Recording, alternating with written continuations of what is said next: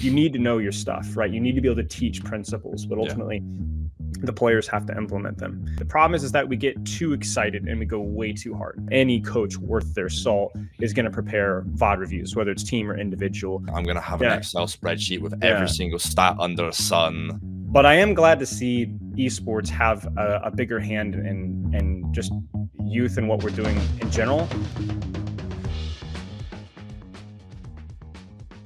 Let's get started, shall we? Nice and easy. Well, hello. I'm very happy to welcome you onto the London Login podcast. I mean, I've been wanting to talk to you for a while, as one of the reasons I started coaching, I mean, I think that's the general idea of everything, but I will start with introducing myself. I'm Evan Palmer. I'm the head coach of the current Overwatch team at London Legion. But enough about me. Introduce yourself a little bit for the people who don't know. Give us a little backstory, everything like that. Sure. My name is Spilo. I've got a background in coaching outside of Overwatch. Kind of got into Overwatch. Started off with doing just random old ranked VOD reviews, working on the game myself. Started coaching when I was like gold.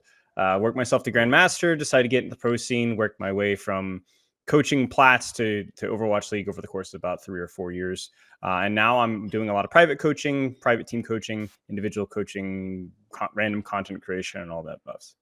Yeah, 100%. I love that. I mean, I know some of my players on my team have had some coaching before. So, Oh, nice. Okay, cool. Only good is and everything from the side. Appreciate it. Us. But I'd like to straight up just get into it. All of these questions before I want to start talking about them, but sure. In the UK and in the US, I'm not too sure about where in the US you are, but collegiate Overwatch is starting from high school all the way to university, and one issue that I'm finding is there's a lot of potential in these players, especially coming up from these younger ages, but there's that struggle to connect to the pro scene, right? Mm-hmm. So, how do you think it's going to move a little bit more into the future, or get a little bit more popular? Yeah, it's tricky because we're at a really awkward time, I think, in Overwatch and just esports in general right now. We're very much so in flux with the collapse of the Overwatch League, and then FACEIT kind of taking over and running things. And FACEIT's had a lot of growing pains with how they've been implementing and running tournaments, but also Overwatch seems to steadily remain heavily involved. Yeah. Whether it's through the collegiate scene or whether it's through OWCS. And so it's definitely good news, but it's still definitely a grassroots thing. It's not a big project. It's not a very prestigious, high money-making opportunity like it was even 3 or 4 years ago. So I think really where we're at right now is kind of more of a trial and error phase for both colleges, high schools, and even the pro scenes. I think we're figuring everything out. And so for any aspiring pro players, it's both a scary time because the ceiling of what you can really do within this scene, at least within Overwatch, is pretty low, but also it's an exciting time because we're actually at a point where we're experimenting and trying a lot of new things. And it definitely feels like there's a lot of going back to the basics of what makes esports great, whether it's evaluating our formatting with bans or without bans, whether it's the Overwatch team's rapid balancing, even around the pro community, which we never had before. And it's also the support of, as you said, the high school and collegiate community, which was something that was significantly rarer even just 4 or 5 years ago, right? I remember being on a collegiate team was kind of like, all right, well, you're going nowhere, right? And this was before ISU and Maryville. And obviously, that's just a small list of the colleges that are taking things seriously right now. So where that's going to go, whether college will be a pipeline, whether college will be an alternative, whether high school teams are going to really prepare you in the same way that high school physical sports prepare you 100%. For the collegiate leagues or professional, I don't really know, but I am glad to see esports have a bigger hand in just youth and what we're doing in general, because I think the experience is not only productive, whether you're going pro or not, but I also just think it's a lot of fun, right? I think that's where peak Overwatch really is within the coordinated environment. And the fact that it is so prevalent right now it certainly is in America. I know you mentioned it in UK as well. It's just good news for anybody involved in esports. Yeah, I think 100% definitely when you're starting, it's a good, put your foot in the door get that early doors experience and see if you're either like good at it micro-wise enough to go pro, or you're just having it for a fun experience. At the end of the day, you can go on a more traditional sport and join a team and go all around the country for it. But equally, if you enjoy that more esports side of it, you can equally go around all the country for it. But the thing is, I think that a lot of struggle to connect to pro scenes equally happens in coaching. It's just that you have to propel yourself forward, and a lot of people who aren't that confident in a sense or something like that might struggle a little bit more towards that. Yeah, absolutely. I also think it's a lot harder for coaches for two fronts. One, I do think that you need a little bit more real life experience, communicational skills that are still important for a player, but maybe less so. And it's difficult to develop those only within esports, frankly. I think generally a lot of the more successful coaches within the esports scene are either a lot older or have outside of experience. And there's a reason for that. But I think the even harder problem for coaches is that there isn't a direct system of feedback. You have to go out of your way to pursue that. Like, even there's not a rank for coaching, right? There aren't VOD reviews for coaching. There's not as much for that. So I know in my career, I can look at my trajectory as a coach, whether it was individual or team coaching, and I can see a lot of mistakes with team management and communication and understanding of the game. But it was very easy to feel helpless even when I wasn't very good at what I was doing, because my peers either didn't communicate, or there weren't very many of them, or they weren't that good. And so there isn't a real direct feedback system with coaching. And I think that that's not necessarily unique to esports. I think even real sports struggles with this as well. But it's definitely tough. It's really easy to show up as a coach and just coast with a good team and get good credentials, even though you've really done nothing. But the alternative is also true, where you can really sweat and apply yourself or try really hard and not really know what the next step is. Yeah, I think generally with coaching, it might be a little bit more difficult, especially I know myself. I started with the collegiate. I was in high school. I was, no offense, but the only really decent player on this team. And as I went further and further on, I realized, okay, I don't have a shot at going pro unless I start putting these reps in and everything like that every day.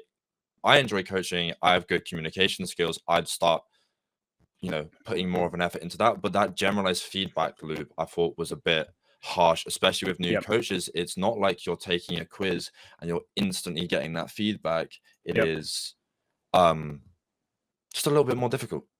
Oh, absolutely. Yeah, absolutely. I think that's the biggest thing, is you have to go out of your way to pursue feedback.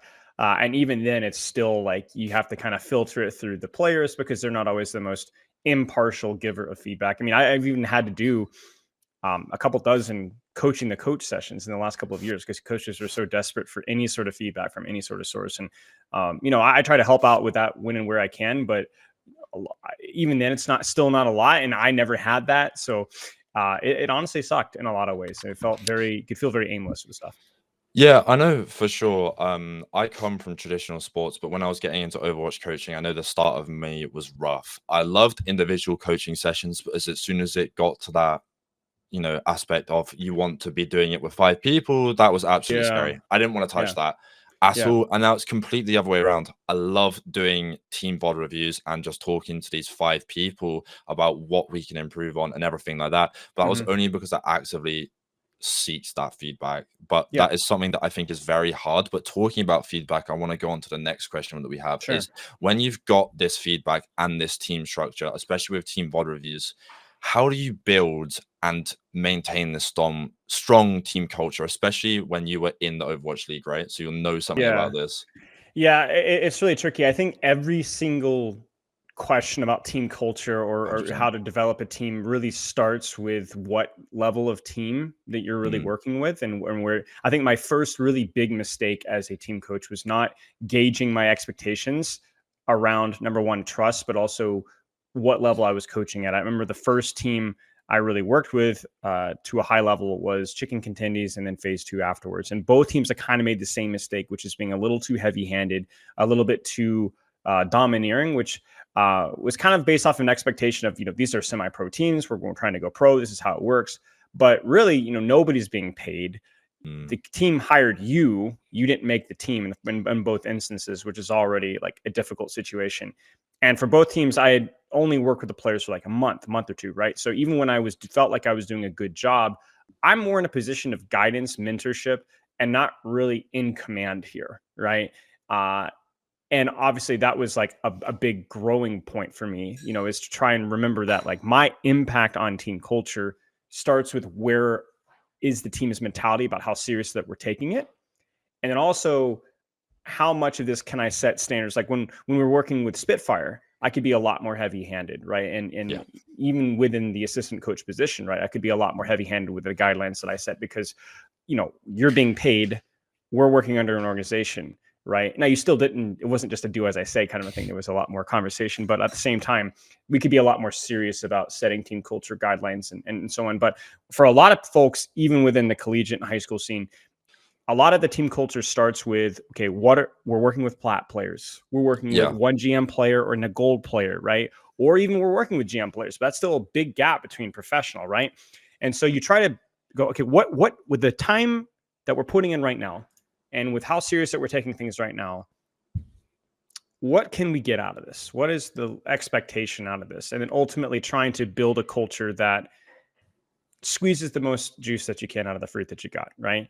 You know, being efficient with your time and then ultimately setting a good example, right? Communicating with respect, hosting good conversations, asking good questions, setting good goals, holding people accountable. Something that Coach Askoff with Boston Uprising back that they used to talk about is he'd always have the players often come up with a team culture. Like, all right, well, you guys tell me what you want our culture to look like, right? And we write down some things, something concrete, not just vague things written on the wall, but like something concrete that we can do. And then I'm going to hold you accountable to that. And I think that's really where culture starts is that what are our guidelines? What is reasonable? Let the team take part in creating that culture. And then your job as a coach is to lead by example, number one, and then number two, hold them accountable to the culture that they came up with. You know, whether that's how much we practice, how we scrimmage, how we take breaks, how much ranked that we play, whatever the case may be. There's a culture is a very vague term, but I think it really starts with those. Yeah, I definitely want to comment on that somewhat. I remember watching the video where you actually were talking about that before. But that team culture and that punishment thing to make sure that, you know, you're stick and you're concrete with it. Well, for us, it was every minute you're late is a game. The players decided on that. It's quite harsh, especially if you like don't message the manager early on, but stuff like that. But with team culture, it's very different. I remember when I started coaching, it was early doors college teams where you're dealing with those plat players, you said, and you're dealing with the people who are generally the rank disparity is quite large. So having a sit down and just talking with them as a team, what a realistic goal is, but like we're probably not going to win, right? Not win this whole tournament, but we can definitely get a higher placing in it. So trying, yes, maybe everyone just plays ranked outside, or maybe we do 1 or 2 scrims a week compared to this university level teams where it's like, okay, we want to be a powerhouse of a university. We want to be getting into that higher placement of Div 1, stuff like that. We'll be scrimming 5 times a week or something like that. I feel like having a conversation, as you just said, is so important, especially, you know, the team values that you're coming out of it, like clarity from the side of the coach, communication. We do a thing at the end called debriefing session, where I hate it. As a player, from myself, I scrimmed all the way up to, I mean, it's inflated, but I played 4.6, right? But all that happened all the time is if you have like a really bad game, everyone would just leave instantly. No one would talk about it. Everyone's tilted, and I hated that. So coming into this, especially with the team culture side, I said, all right, we're going to have a debrief session. So 15 minutes after the game, we're going to talk about, okay, well, what goal were you working towards on this team and for this scrim? Because pointless scrimming does my head in. But equally, if you've got any constructive criticism for another teammate, say they didn't play the way that you thought they should have played today, you bring it up. You don't bottle that stuff inside, and we see what happens. But the difference in team culture is like, I can't do that with a gold team. Yeah. Well, their feedback might not even be good, and they might not have that competitive experience to really 100%. give constructive feedback. So yeah, I mean, absolutely. I think the key thing is this: whatever culture that you do set is that you're consistent with it, right? I think I definitely had times. I think Uprising Academy was a big time where there was a lot of aggressive change, but I had a really hard time being consistent with it because I didn't have faith in my ability as a coach. So, you know, players have to know what to expect from their teammates. Players, most of all, have to know what to expect from you. And even when it's not flashy, even when it's not fancy, like you were saying, those decompressing sessions, probably not everyone's favorite, right? No. But you know, especially as long as they've had time to emotionally calm down, it's probably a really important thing that you guys do. So that's kind of like a part of culture that I think is worth sticking with. Yeah, I mean, segueing on from that emotionally controlling down, I'm very, very firm on some ways that I coach. I have either typically some players are red or blue after a game, right? That's you're angry, you're pissed off, you don't Yeah. want to talk about anything, or you're blue. It's like when those players like kind of mentally shut down, the confidence go down, so they go more quiet towards the side of the Yeah. scrim. So it's like I have a conversation with some people. Do you want to VOD after a scrim? Yes or no? Because this happens. And a lot of teams say no, funnily enough. So that's an example of team culture that I think is quite important. But when we're talking about members of a team, I want to bring up the next point of how should coaches handle these international barriers? And especially when we're coming to these pro scenes, right? You're going to have imports of players coming from different countries. So the way you use language like jargon or, you know, cultural differences, especially when we're trying to maintain a strong one, is quite important. So how would you try to handle these barriers? Sure. I think it's really easy to go into opposite extremes. And I think, as with anything, that the truth is in the nuance. I think the most important thing is that you set reasonable expectations, both in game leadership, but in game teamwork and out of game teamwork. So, an example of in game teamwork would be, you know, this player is Korean, this person is French. They don't, you know, whatever, they're not as comfortable with the language, but there's a couple of words that they do know at the start, right? You know, it's the, you know, they call their ult or they call the angle. And I've had some experience working with some players who aren't good at speaking English. And I think that's the key thing, is that you just set the bar just at where it's comfortable for them, but it is still a learning grow. And I think the alternative is also true for out of game, right? Or the same rather. And that is, it's very easy for a starry-eyed coach to get into a multinational team and try to be like, we're going to do everything together. We're going to be as a team. We're going to learn Korean. They're going to learn English. We're going to do everything all the time. And it just gets really uncomfortable really fast, because you're really pushing everybody outside of their comfort zone in a really high stress environment. And that can lead to bitterness, frustration. It can really put people on the back foot. And I think Boston Uprising really tried to do that early. It was at 2020, and it did not go very well. Just too much, too fast, right? Like, these guys are out of their element, right? But at the same time, there's a lot of other teams that just don't give any effort at all, and they're just willing to, like, if you let players do what they want, they're gonna click, they're gonna join their little group, and they're gonna segregate themselves. They're gonna do it really fast. We even see that within the same nation, right? Within all English, like, they're going to segregate, they're going to go in their own little groups, they're going to form their own little cliques. And that's like a really toxic thing to have if that's all you have. So I think the key thing is to find the balance, is to, like, whether you're multinational or a single national team, that you have that teamwork out of game too, that every day or every other day we have a teamwork or team building activity. We are required to spend some time doing something fun or something relaxing or eat together, that we do certain things together. But at the same time, you don't have to do everything together. You kind of have to force a little bit, but then, all right, we'll let you guys do whatever you want. But at certain points in time, we do have to be a team. And then what you do is you give them opportunities to step outside their comfort zone, to get to know the other people, step into the other people's culture, and then you let those relationships start a little bit naturally. So the key thing is to push, don't shove. But you do have to push. You can't let it just completely exist without any sort of pressure, because otherwise, like I said, you start to have those clicks, and you start to have it's really easy to isolate themselves. Now, I will say that is a lot harder if you are in different locations, right? If you're like a strictly online team and you're not at the campus, right? London Spitfire 2021, nothing we could do about it, right? Everybody's online. Everybody's up at like 2:00 morning, their time. You know, it was just a miserable experience. But if you do have that capability for in-person team bonding, building, whatever, you know, term you want to use, that I think it's important to do at least some of that. Yeah, 100%. I mean, I know from our experience, we try to run some VODs in person, or sometimes when we're competing, we go to our like campuses gaming hub, and then we run our games there, and then I'm able to give some type of feedback mid-game, much better instead of just being in a headset, right? Because it's the aspect of my coach is actually here, he actually cares, instead of he's online, he could be doing God knows what. Right? Well, I had that with Sydney Drop Bears. There was it was a big learning season for me in terms of coaching. It was right after Chicken Contendies, and I was still figuring the ropes out. But long story short, the LAN that I went to in Sydney, travel was miserable. I was exhausted, 30-hour travel day. But the Wow. LAN was like the first time like I'd spent time with those players, and we were in the hotel room hashing things out. We're up in the stands, and it was just great. Like you could just tell, like part of it was just because of the LAN, the excitement of the LAN, but everyone was just fully locked in and under like the intimacy of working with people face to face. Like you can't replace that. It's just not possible. Yeah, I mean, 100%. I'm going to use an example. I mean, before every time you go into a game, the fighting, some players say, especially when you're on LAN, when it's really loud.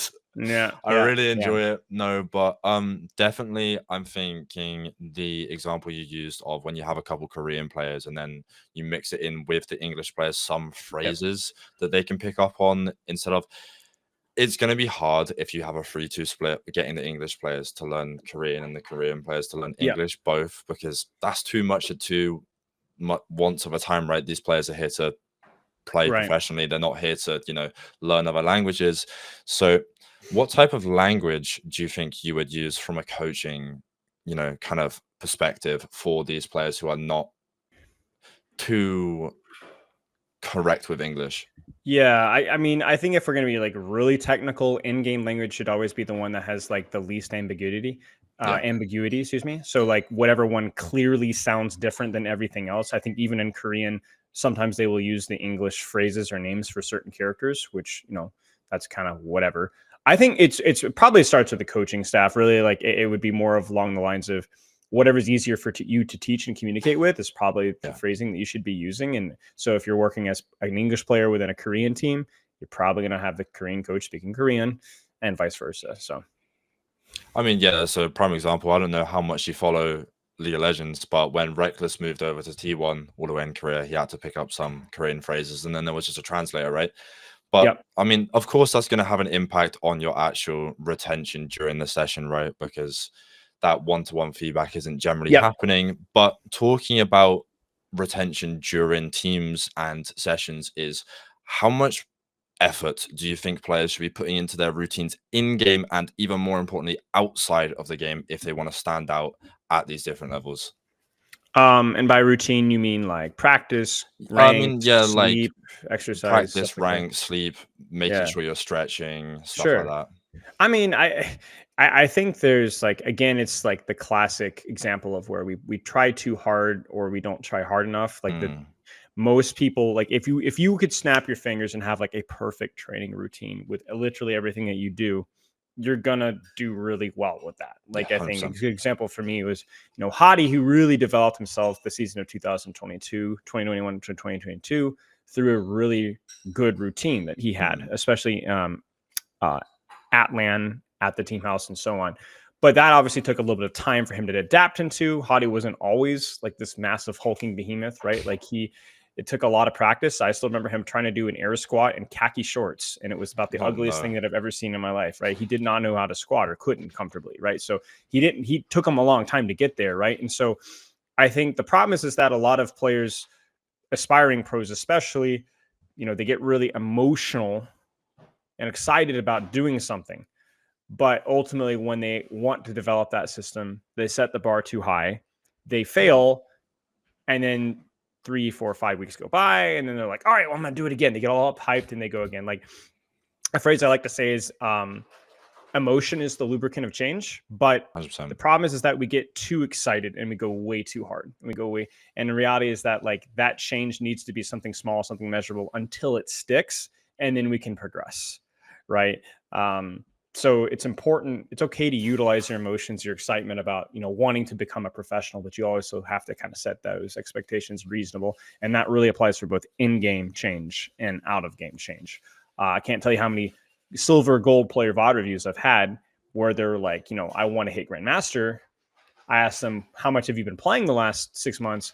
Oh, well, I've been like couple hours a week, I'm like, but I'm going to get like 4 or 5 hours a day now. And I'm like, no, you're not. No, you're not going to. Trust me, you're not going to, so it's like, it's not that that's not mentally or physically possible. It doesn't even necessarily mean that but it's just such a huge departure from what they're doing right now that it's not likely that it's going to stick. Yeah, I know. Especially what I wanted to talk about was some people set the bar way too high, way too Yep. quickly, and that's the thing we talked about earlier with, that coaching sense of Yep. push, don't like shove. Right. It's putting too much. Like some people are saying, "Oh, I'm going to get 8 hours of sleep. I'm going to start Yep. waking up at 7 a.m. I'll go on runs." You're not just you're just not. You need to be Right. putting it in these small and measurable examples, right? I mean, linking it back to Overwatch, I remember when you once talked about your coaching with Hattie, it was like that kind of 50-50 split, right? Of Yep. coaching and knowledge. Yes, of course, he knows the game a little bit better than you, but you're going to be able to give them that outside perspective that they're generally not going to be able to see Oh, I know themselves, the game right? better than him. Don't let him lie to Uh, you otherwise. no, I meant from a mechanical way. Of course. No, but I remember most definitely when I'm working with higher up people, because I've worked with people. I mean, it's nowhere near your resume, right? But I've worked with That's people all right. all the way down from bronze all the way up to like tier 3, some people even tier Yeah. 2. But I know most definitely you need to be adjusting that in small steps, not that, okay, I'm suddenly Yeah. gonna go and compete in tier 2 coaching. I'm gonna have an Yeah. Excel spreadsheet with every Yeah. single stat under the sun. I think the other thing to point out as well, if I can interrupt really fast, Yeah, is that 100%. like, obviously having a resume helps you to be a better teacher because people are generally more open to your feedback, Yep. which is a really important thing too. But I think you'd be surprised. People would be surprised at the number of sessions where people will pay me to get a session, and yet I'm asking them a lot of questions. I'm having a lot of discourse, and they're Oh, 100%. silver. They're gold, like they could just shut up and do what I told them and they'd be fine. But like ultimately, like that's not a good long-term change. So I think people are Mm, like, I need to build up my knowledge. I need to build up my credentials so the players will shut up. And that's like the last thing that you really want to do. Overwatch is way too complex and fast-paced of a game. And so you having insight is more important for you to know how to ask the right questions, right? Ultimately, you can teach concepts, fundamentals, and basics, mm. right? I will teach the value of an off angle and Yeah. explain to you why it's important. But even in something as fundamentally crucial as that, I do think it's important for the player to be able to explore that concept out. And it doesn't matter if I'm the best coach in the world versus a bronze player. It doesn't. As my credentials go up, I don't demanding more and telling more and expecting them to shut up and listen. And so, some of them, if I were to go back into the pro scene and work with a tier 3 team again, it wouldn't be, oh, you shut up and do as I say. This is my system of doing things, right? It would be, these are the fundamentals that we need to stand by. This is why. Let's experiment with these. I want you guys to learn the process along with me. So it's like, I think that there's like a sense of authority that is kind of amateurish in terms of what we expect it to be, very old Yeah. school, but 100%. not good, not correct. It's more about making the coach feel better about themselves. And um, there's a spectrum, of course. I think there's coaches like the dad coach, right? Which is, you need to know your stuff, right? You need to be able to teach principles, but Yeah. ultimately the players have to implement them. And so learning is not the same thing as knowledge, really, for some players.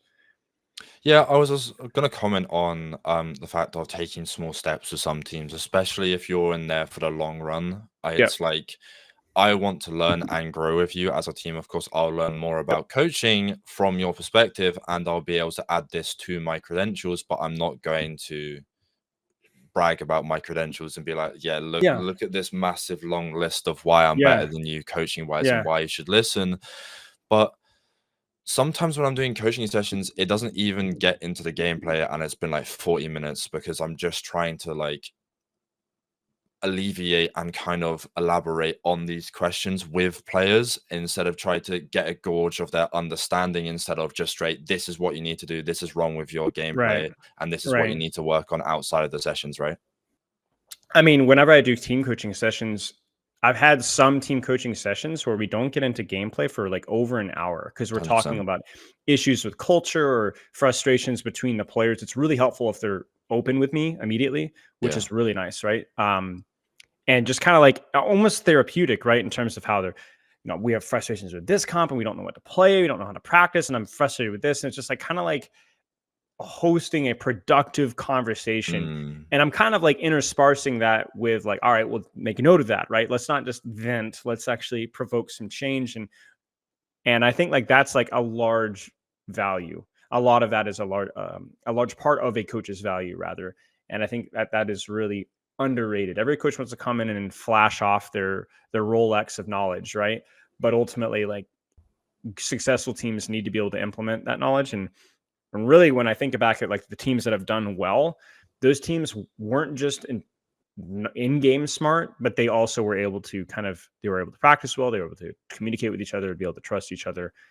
And that's a separate note here. That's why I hate coaching trials, the way that a lot of times they're implemented, because it almost feels like you just have to show off how much you know 100%. to earn trust, right? Especially if you don't have that resume. But that's maybe another topic.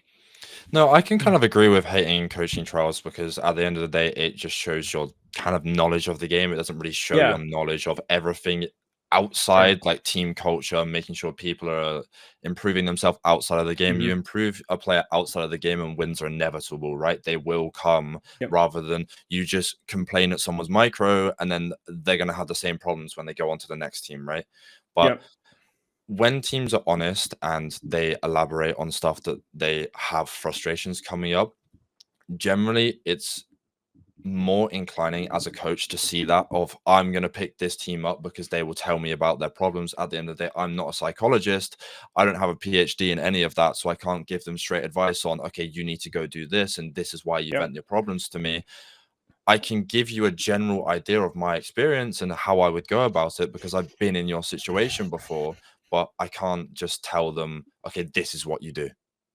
Yeah. I mean, I think that there's this perception of like, maybe it's the terminology that I use that seems so psychology like saturated, but honestly, like so much of it just starts with genuinely being interested in your players' well-being, being consistent with trying to implement the system, listening, and then implementing that feedback.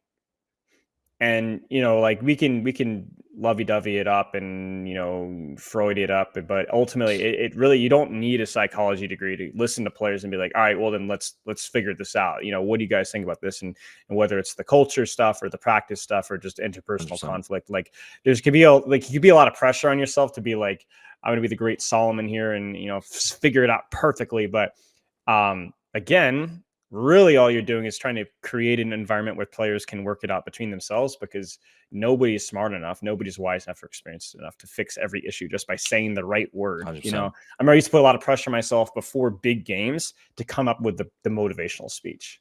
And then I realized that first off, the players don't need motivation, right? They want to win. That's why they're so nervous, right? 100%. Number two, there's nothing that I can say that can squeeze more juice out of what they need to be doing. And number three, do I even want them more excited? Right? This isn't like, we're not going to war here where they might need to just turn the brain off and go primal. They actually have to be very analytical and calm. And so 100%. If anything, some of my best motivational speeches is like, guys, we've practiced hard. Let's not worry about it. Good luck. Yeah, that's what I like to do, it, especially when like you're mid-game. I don't really like giving that much advice. I'm just gonna say, look, we have a concurrent theme that we talked about before in this VOD review, because every VOD we do, I come up with a theme or two that we just go over. General, you pick fights out of a map. This is how we implement the theme, rather than we just go over one whole game, because I'd be there for an hour, right? But we've come into this game with a theme, so let's just apply the theme. Let's chill out a little bit. Give me a big fighting when you come out of the spawn doors and let's go screw them up a little bit. But something I want to talk about coaching wise is what was a typical day looking like for you when you were in that coaching professionally, seeing you were in that higher tiers? Overwatch League? Overwatch. Yeah, Overwatch League. Okay, we'll go with both. Yeah, so I had a pretty odd, in a bad way, experience with Overwatch League. A lot of it was my choice, at least the second season with Spitfire, because working remote, not being at the team house. I'm married. I have a house. So, going to LA, living there for months and would have been not reasonable. Space was already tight as it was. So I've already done the whole live on my own in a team house split for my wife for months on end. And it was a really, really bad situation. So definitely not something for me. But long story short, a lot of it was preparation after scrims, preparation before scrims, VOD reviews as necessary. Did all our one-on-ones with London, team VOD review, scrim, break, team VOD review.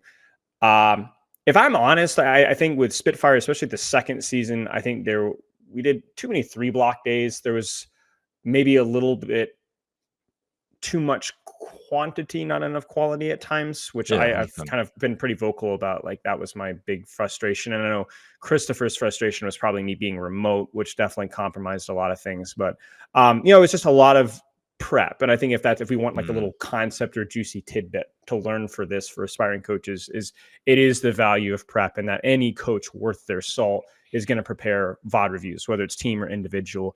Yeah. A lot of coaches let VOD reviews go on too long, and a lot of coaches don't prep enough. So if you want to talk about the time split and how it often is and how it should be, is the VOD reviews are too long, preparation's too small.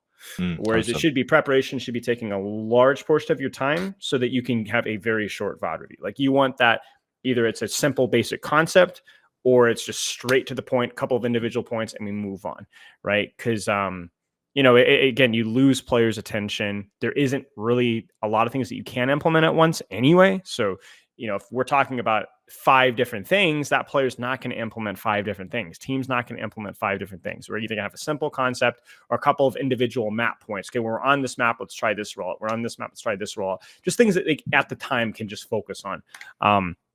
Or that takes preparation. That also means that you have to pay attention in the scrim. Because otherwise you're going to miss knowing what to work on. So whenever I was scrimmaging, I have one of the notebooks actually right here. I had probably I burned through like 3 or 4 of those, right? And in the scrim, I'd go, okay, that stunk. I need to go back and look at that again, or I need to make note of that. And what I'd do is I would go through and either have a quick VOD review with the player off of those notes, or I'd have some notes for Chris or Commander X about what I think that we should be working on or different rollouts. And so I think, like, again, it's so much of this preparation, whether it's in scrim or out of scrim. And crucially here, cat feeder goes off. Crucially here, that sometimes came at the expense of between map feedback. Now, that is tricky because a lot of the times players want closure at the end of the map feedback, and that is important. But especially if you have multiple coaches, really, when you're focusing on like taking notes, you may not know what went wrong in a fight all the time. You may not know what was like the general principle that would have won us the map. It's a scrim. Doesn't really matter unless it's something that's happening every fight, right? Sometimes it's just a bad ult trade, right? So sometimes a lot of coaches put a lot of emphasis on between map feedback, when in reality, the only between map feedback is either A, something that you can implement next map, or B, some sort of closure that helps players to kind of like, okay, it's fine, go next, right?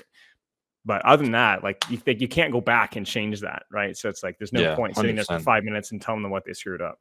Yeah, a map's a map, and it's in the past, right? You played it, you messed up. We're going to improve and go on to the next one, right? But that's the one thing I hate that coaches do is sometimes especially in a scrim, when you're in a scrim code and they mid-map like VOD review, right? I absolutely hate it. I can't do it. Yeah. But like when you're in a code or like you're in a scrim, sorry, my mic is a bit crackly right now because I'm having issues. You're very audible. But when you're in this kind of situation, doing the prep work of like, okay, I have my spreadsheet, I have all of our map stats, like our win percentages on this ban, I have our win percentages when we pick this map or they pick this map, what comp we should run dependent on what the players like, and equally the win percentages that we can move on forward with this with the past experience. I think is some of the best stuff to do, especially when you're going into that VOD review. You don't want to be there for an hour plus. I know from a player point of view, when my coach would do like VOD reviews of just everything and constant things that were completely different, I would end up going on my phone. I would be completely out of it. And then especially after like a double block as well or something like that, I couldn't do it from a player point of view. And I think that's something that makes knowledge of coaching quite strong. But something I would like to talk about lastly, before I let you go, is what advice would you give to coaches trying to make the jump into professional coaching, as it's quite just heavy on word of mouth? Yeah, I mean, I think that like I'm definitely one to complain about that. Like I'm trying to think, not the amateur way here, but the naive way of looking at things is that everything in life is a meritocracy, and it's really not, right? Like there's a lot of unfair things that happen both within the Overwatch world and outside of the Overwatch world. And I think that I definitely dealt with that with coaching. I think that I was certainly more qualified, maybe a bit of an ego moment, than a lot of the coaches in the Overwatch League prior to my joining. And that had been the case probably since sheer cold, right? Like I think that I did a really good job with that team, and that a lot just I didn't have connections. I didn't know anybody. I started way too late. I didn't start in the pro scene back in 2017 or 2018. I wasn't even in contenders. I was a freaking gold player. So I started late. I didn't have connections, and so on. So I started with nothing. And like you said, a lot of it does come through word of mouth, and knowing the right people probably still is the case. But I didn't let that be an excuse for myself, and I sweated it out. I contacted everybody. I asked for trials. I asked for feedback. I implemented feedback. I evaluated myself. I tried to make sure that I was using my time efficiently. A lot of coaches just spend hours studying the game, reviewing, but they don't know how to communicate, or they get stuck in their own bias about how the game is played, that they fail to look at it from another perspective. Like I shifted how I viewed the game frequently. And always was challenging myself to look at an outside perspective. When I was hiring assistant coaches, I would try to hire assistant coaches that disagreed with me on points so that I would have a different perspective. So I think like as a coach, you can't just pour hours in. You have to constantly evaluate, look for feedback, review, look for feedback, not just reviewing players, but reviewing yourself. How you're communicating. What do you need to be doing differently? When you leave a team, ask for feedback. Always, shooting higher, reaching out. Worst case scenario, they say no. And then ultimately, all that being said, all that admirable things being said, and I had a Paris Eternal trial end of 2020, early 2021. I didn't get the job. Avala was convinced that I would only interview for a head coach position. That you're a head coach, so you shouldn't trial for assistant coach. Even though I felt my game knowledge was higher than all the strategic coaches that were there, was outside of the one Korean coach, and I got screwed over. All right. I got really close, but I got screwed over. And that made me really bitter. I got ghosted by basically every Overwatch League manager, everything. Nobody wanted to do anything. I offered work examples. I did free reviews. I didn't even ask to trial. I just sent them, hey, I did a review. Here's what it is. It's 10 minutes. Let me know what you think. Nothing. So I got salty and I started doing the scouting reports back in 2021. I was like, all right, these teams aren't going to trial me. Then I'm going to expose how to beat them. And I put them out publicly. I spent like 30 hours in those things. Right. And that ended up getting me a trial and got some eyes for a couple other teams. And ultimately, I did everything right, but it didn't matter.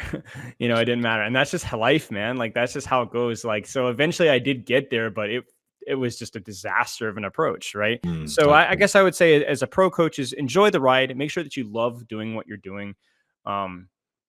Ultimately, your impact, as the nice thing about coaching is you don't have to be a gold, diamond, platinum, top 500. Like your success off of your goal isn't dependent off of your rank like it is with a player, right? With a coach, if you're aspiring to be a coach, all along the ways, you're going to have interactions and meaningful moments with players to provoke change or to encourage them.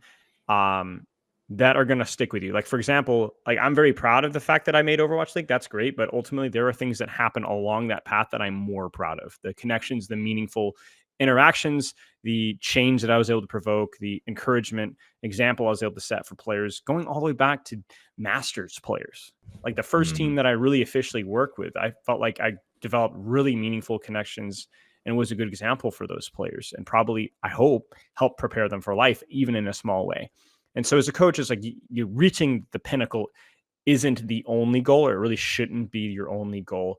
So, be patient, connect, reach out. Don't blame the system. It's unfair. Yes, it's unfair for everybody. That's just life. It sucks. It's not fair. So evaluate yourself, ask for feedback. Don't take no for an answer. Have confidence in yourself. Try again. And smell the flowers, enjoy the roses along the way, and make sure that you're loving doing what you're doing. Cause this job is really good at developing your skills for life. Right. So you're going to, even if you fail miserably, you're going to pick up something that's going to carry over to something else. That time won't be wasted if you approach it the right way.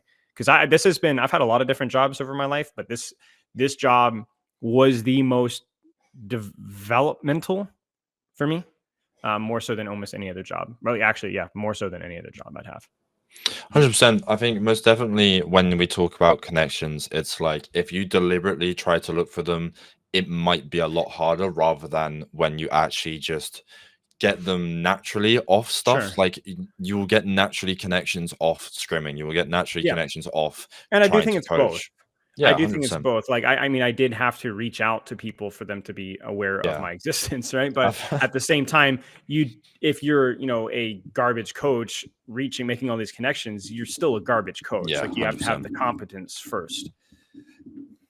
I definitely think working on yourself outside in a coaching perspective, like working on your communication, working on some clarity. I think confidence is most definitely a big one. You've Mhm. got to be able to stand up to those kind of arrogant players in a way. And, sometimes you have to put your foot down a little bit, not ego them, but say in a way of, yes, I understand your point here, but I just generally don't think it's the correct one on to going forth. And especially if you've got 4 other people on the team and they all agree, then it's kind of better. But getting these connections is most definitely valuable, in my opinion. Yeah, yeah. Again, it's just like life, It's not always a meritocracy, but I think you can overcome most unfair, unjust things with enough elbow grease. That's not always the case, but it's certainly worth the 100%. effort. Yeah. And now I do have one final question for you. It's Sure. just popped into my mind. But Sure. in Overwatch, how do you prepare apart from just watching other people's VODs for going into, those higher level matches? Say you've got Spitfire Yeah. versus someone like Boston Uprising. Overwatch doesn't have a tracker. So unless their VODs or something like that are online, how do you prepare and how do you scout for going into that match? Yeah, the most important preparation is really knowing exactly what compositions that they're likely to play, just so Yeah. that you just have a general concept. But even in that's the case, sometimes you won't always get the practice repetitions versus that specific type of composition.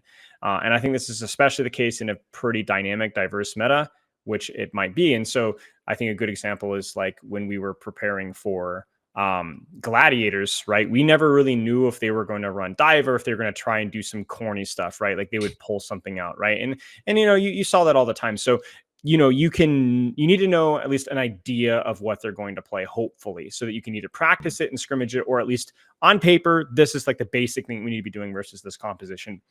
That being said, I do think that maybe not at the highest level, but I think like the mid level, there's an overemphasis on execution or counterplay when it's more about you playing your game as best as you possibly can. 100%. So it's like having the strong fundamentals of like, no matter what we play versus, this is how we take space. This is how we communicate or support ultimates. This is how we communicate between our off angles and our core, right? And so because Overwatch as a whole is like people focus so in the detail on the nitty gritty, but it's so important that you check those big boxes and that you don't let the noise of, oh, they're running soldier, not sojourn, right? Like, yeah, that changes some things, but like it's not that much. Don't let it that lose the forest for the trees. And so I actually remember one time, I'm gonna leak the sauce here. Back in 2022, we actually had full scouting on the Gladiators at one point. Now, I did not Wow. approve of this. This was a leaked VOD that we got of the comps that they were going to run, and I did not approve. I did not assist with this at all. I had some ethical concerns, but everybody does it. It wasn't just us, and we knew what they were gonna. We knew how they're gonna roll out. We literally knew how they Wow. were gonna roll out on their Doomfist rollouts and everything. We got destroyed. We got just absolutely destroyed. Because we knew what they were going to do, but we were so focused on like, okay, this here come, like we just forgot our own game. Yeah. And that's just how it goes, right? Like you can, not that you're saying that counterplay and scouting aren't useful, but like you got to know, like again, it's like the length of a VOD read. What's the Yeah. most important thing? Like knowing that they play Doomfist is probably nice. Knowing how the Doomfist is going to roll out is probably just a distraction. Play your game, do your thing. This is not like it's not like chess. You can't stop the game, for 10 minutes and sit there and think about it. It just happens too fast, right? And so, you got to kind of like let yourself flow state. And if you catch yourself thinking way too hard about what they're going to do, you forget what you need to do. Yeah, 100%. I think in an aspect, it's comfortability over a lot of things of you are used to this. We have run this many a times before. Let's not get too hooked up on what they're running. For instance, they might be running meta and we're running something off meta, but we are very, very comfortable and very set in stone of how we know how to play into that. Sure. So looking at a VOD, for instance, and only thinking of how they're going to play might just, what happens if they don't do that? Or what happens if Right. we suddenly forget how to play to our level of comfortability? I think it's quite important on knowing the difference between pro level teams and a little bit lower. Yeah.